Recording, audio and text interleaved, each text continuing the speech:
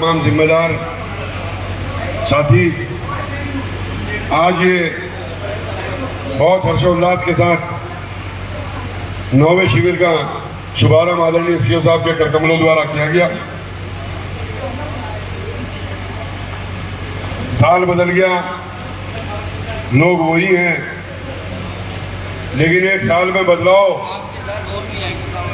यहाँ जितने लोग पिछले साल थे उनसे कहना चाहता हूँ, एक साल में 365 दिन में कुछ तो बदलाव देखा होगा।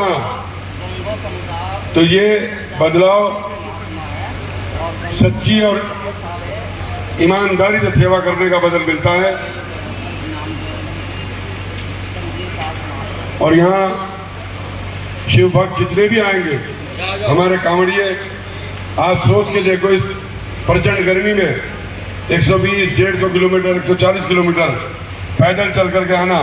हम और आप अपने घर तक यहाँ से पैदल नहीं जा सकते, लेकिन वो लोग अपनी आस्था के समंदर में डूब करके किसी बात की परवाह करे बगैर अपने मंजिल की तरफ बढ़ते हैं। और हम जैसे खादिम अगर थोड़ा सा उनका खैर मकदम कर दें, उनका स्वागत कर दें, उनकी सेवा कर लें, तो परवरदिगार उसका बदल देगा। और ये यहाँ 2 दिन, 2 तारीख को चले भाई, 2 तारीख को जल चढ़ने तक ये शिविर चलेगा।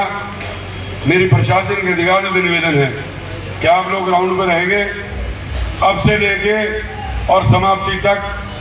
आपसे हाथ जोड़ के निवेदन है, आते जाते हैं थोड़ा सा व्यवस्था नहीं, हमारे साथ जलपान में हिस्सा लेते रहें, ताकि हमारी भी हौसला अफजाई होती रहे।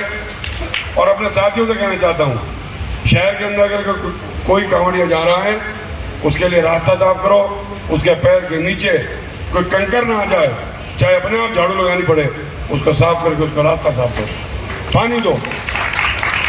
क्योंकि आप जब अपने सफर पर जाते हो, मैं अपने वालों से मुखातिब हूँ, तो आपने देखा होगा वहाँ किस तरीके से वहाँ की आवाम खिदमत करती है।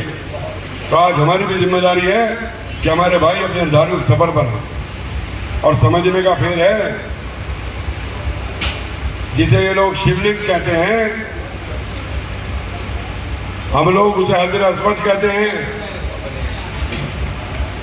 जिसे शिवजी जन स्वर्ग से लेकर के आए थे, उस पत्थर का नाम शिवलिंग है। और दूसरी तरीके से देखो, हजरत आदम अलैहिस्सलाम जिस पत्थर को जन्नत से लेकर आए थे, उसको हजर अस्वद कहते हैं।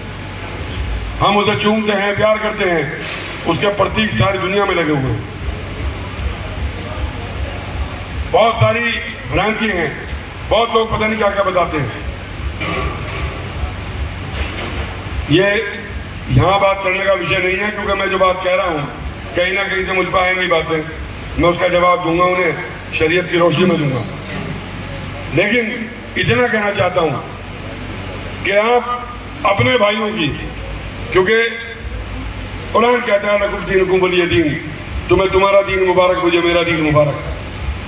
और उसके बाद रब फरमाता है कि किसी के धर्म की बेअदबी मत करो, किसी को बुरा मत कहो।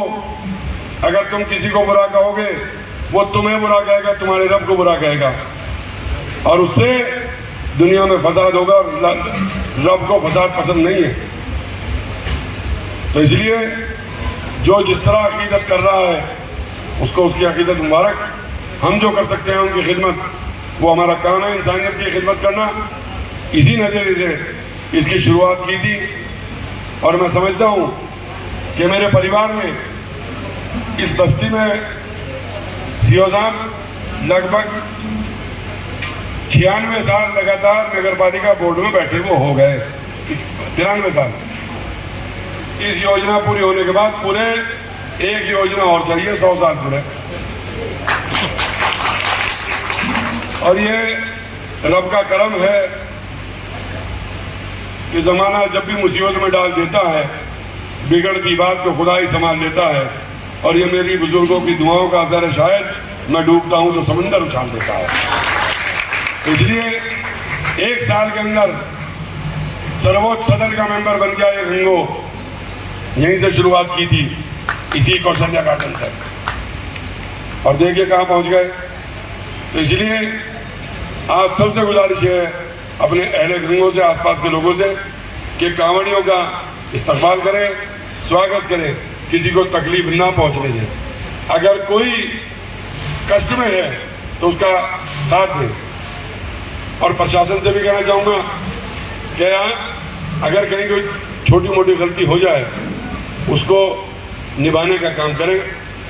कोई आपस में ऐसा ना हो, क्योंकि जो हम देख रहे हैं हमारे यहाँ तो होगा नहीं, निश्चित अपने रब के ऊपर यकीन है कि हमारे यहाँ नहीं होगा, लेकिन जो माहौल चल रहा है कुछ है इस तरह के, उन पर प्रशासन नजर रखे, चाहे वो कोई हो। बहरहाल आप सब आए, आपका बहुत बहुत शुक्रिया, प्रशासनिक अधिकारियों का शुक्रिया।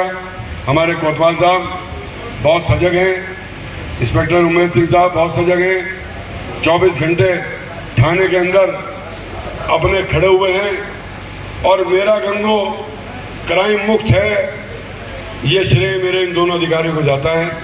मैं इसके लिए इनको धन्यवाद देना चाहता हूँ। जय हिंद, जय भारत।